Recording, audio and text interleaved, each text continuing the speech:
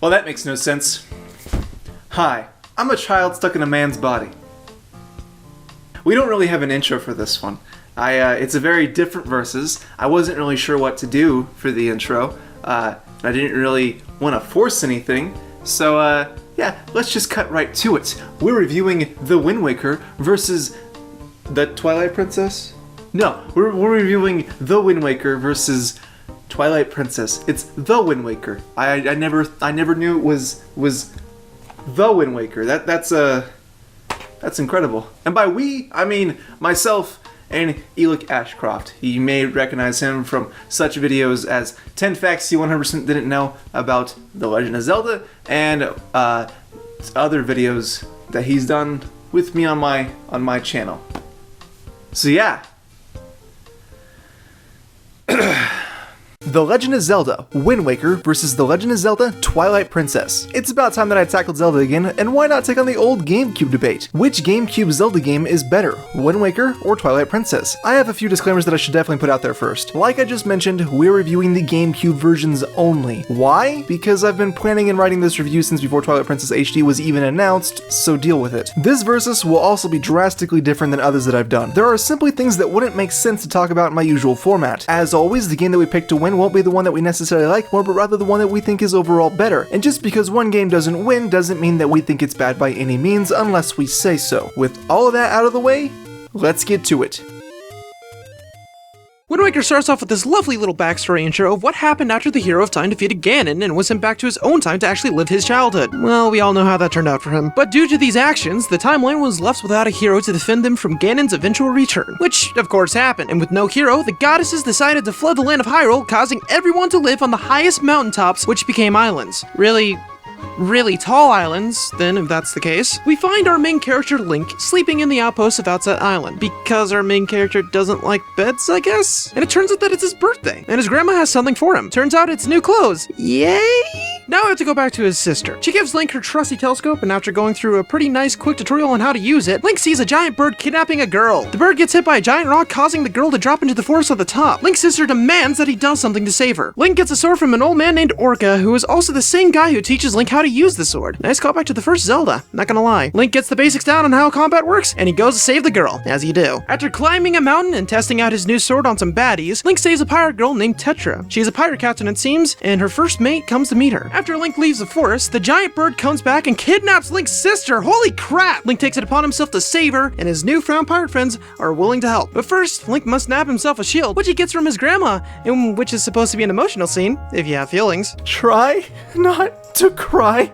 From laughter, because this is hilarious. I wasn't talking to you. So Link sets out to get back his sister, but first he's got to do some pirate stuff. Since Link is the newbie pirate, he's forced to go below deck and take orders from Nico. Nico decides to test Link by having him swing on these ropes. I have mixed feelings on this portion. First off, swinging on ropes is a very common design choice in Wind Waker that you'll use all the way until the end, so it's good that you learn that mechanic early on. However, this does feel unnecessary at first. It's seemingly a minigame that would make the player scream, "Get on with it." After doing this, Link receives the spoils bag and Tetra calls him back up. The pirates have found the Forsaken Fortress, but they don't want to go there, so they use a catapult to shoot Link there, and upon impact, Link loses his sword. Now Link has to traverse the Forsaken Fortress without his sword. I consider this the first dungeon in Wind Waker, but I also know that some people don't. But I argue that it should at least be considered. It's just very different from anything else that we're used to. The Forsaken Fortress is all about stealth, and I think this is a wonderful first dungeon because it wants you to focus on learning mechanics besides combat. That said, you do learn a key element of Wind Waker's weapon system, which is nice, but the focus is on stealth. Once Link is able to traverse the fortress and get his sword back, he finds his sister, but before he can save her, the bird from before snatches him up and takes him to a mysterious man. Before I move on, I want to point something out. Wind Waker introduces its main baddie in the first hour or so of the game. You, at the very least, have an idea of your end goal. This guy. The man orders the bird to get rid of Link, and it obliges. Luckily though, Link is safe and wakes up to a talking boat. This is the King of Red Lions, but I will be referring to him as the boat in this review, because that's easy. He commends Link for his attempt at saving his sister, but also calls Link foolish. He claims that he'll help Link on his journey, but before this can happen, Link has to get him a sail, so it's on to Windfall Island to find one. This is pretty easy to do too because you can buy one from Zunari for 80 rupees. That's it. No stupid side quests necessary. So it's back to the boat and off to Dragon Roost Island. Once there, the boat gives Link the Wind Waker, which as of now serves no purpose. Link, using the bomb flowers and some skills that were learned at the Forsaken Fortress, is able to meet the Ritos. They tell Link that they'd love to help him on his journey, but they've got to handle their own problems first. Apparently, their neighborhood dragon, the Lu, has become increasingly violent and he won't let them approach to get a scale, which gives the Ritos the ability to fly. Alrighty then. Link meets a Rito lady named Medley who gives Link a letter to give to the Rito chieftain's son, Prince Komali, and tells him to also meet her at the entrance of Dragon Roost. Link sets out, finds Prince Komali to give him the letter, who was just a little grumpy pants. He informs Link that if he can help calm the Lu down, then Komali will do anything for him.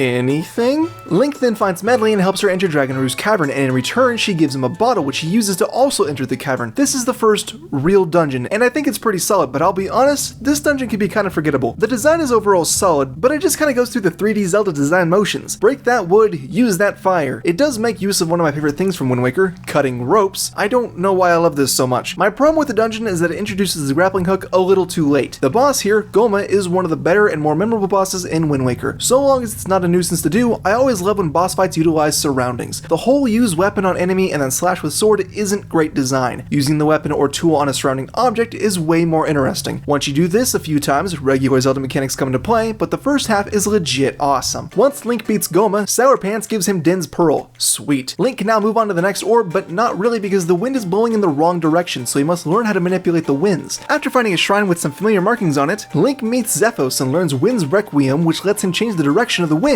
Perfect. Now Link heads to the Forbidden Forest for the next pearl. Here he gets to meet the now grown-up Deku Tree Sprout from Oots, and the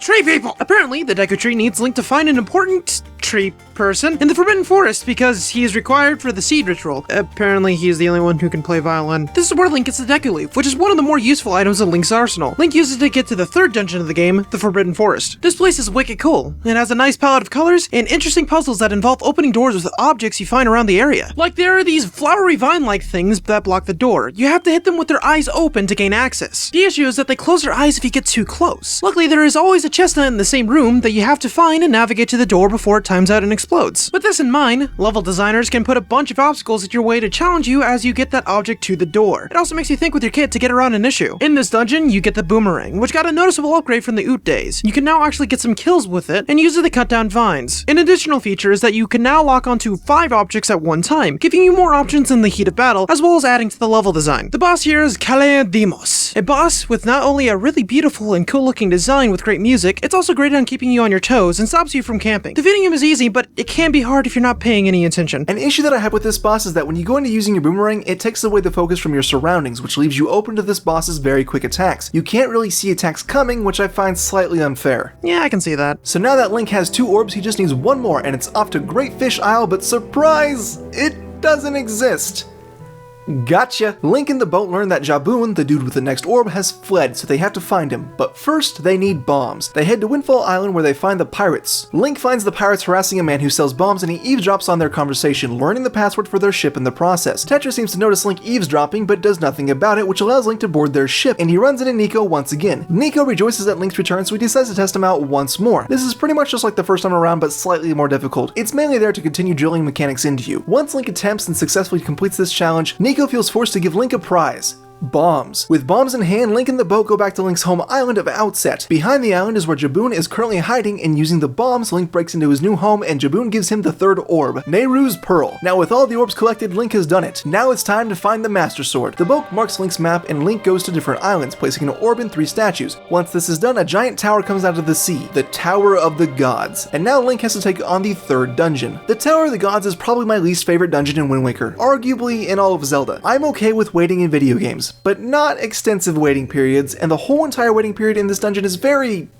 long. The waiting is just a tad bit excessive. This kind of design is not good. It's annoying, but I do need to give this dungeon credit where it is due. It makes some good use of the tools and weapons that were gained from previous dungeons, so that's good. In this dungeon, you learn the command melody and get the bow. And while I don't necessarily like the command melody and what it does, I think the way it's implemented here is a good way to teach and test the player. It's basic, it's simple, it's good. The bow is also used pretty well, but it doesn't really do anything new as far as Zelda goes. The boss, Godin, is okay, but it really feels like a Nintendo boss. Nintendo, giant hands and head. With that said, this is a different kind of boss as far as 3D Zelda goes. You don't have to use your sword. It's all about using your bow and bombs. The bomb portion is actually a callback to an enemy that you fight beforehand, which I think is great design. Overall, I think that this boss is good, but it shows how lazy Nintendo can be. After Link beats Ganon, he's able to enter a mysterious looking world with a giant castle. The boat tells Link that there's no time to explain. He must go in and claim his prize. Upon entering the castle, Link finds that there is a bunch of familiar enemies, but they are frozen. Link ignores them, solves the puzzle, and finds the Master Sword. Suddenly, all the enemies that were frozen can now move and Link is trapped. This is one of the best parts in Wind Waker. You just got the Master Sword, and what better way to test out the Master Sword than by beating up a bunch of enemies? There is no better way. And can I just quickly note that the combat in this game is so fluid, so smooth. With Link's newfound power, it's time to stick it to the man, save his sister, and kill that bird. So, time to go back to the Forsaken Fortress. A lot of things are different now. No more sneaking around. Now it's time to wreck things. But first, Link is introduced to a new mini-boss, Phantom Ganon. This is our Dead Man's Volley contest that is mandatory in every single Zelda game that has Ganon in it, apparently, aside from the first one. Defeating him in tennis grants Link the Skull Hammer. This weapon is used to smash down switches and is actually really fun to use in combat. Using his newfound hammer, Link finds his way back to the room where his sister is being held. Tetra and the pirates come and save the girls, and it's up to Link to take out that bird. This fight is pretty emotional because this jerk has been a thorn in our side this whole journey, and now the game gives us a chance to destroy it. He is a giant bird. He attacks via pecking, doing dive bombs, and trying to blow you into the spikes on the edge of the arena. The fight is as simple as waiting for him to slam his face into the ground and attacking him with a hammer. Once his mask is removed, you can attack with the sword or the bow if you're a sharpshooter. After a satisfying defeat of the bird, Link is off to face Ganon, laying out Sword of Evil's Bane to strike. Link finds that it's dull and lost its power. After a daring escape, Link travels back underwater and finds out that Tetra is actually the reincarnation of Zelda. Link is sent back to the surface to restore the power of the Master Sword, but first he needs to get some power-ups to get to the next couple of dungeons. So after learning the warp song from Cyclos, he warps inside of Mother Child Island to meet the Queen of the Great Fairies. Oh hey, it's Fee. Legal Lolly Fee decides to hit on Link and gives Link the power of fire and ice arrows. Kinda feel like these were supposed to be dungeon items. With these, Link can gain access to the island's housing even more upgrades, the power bracelets and the iron boots.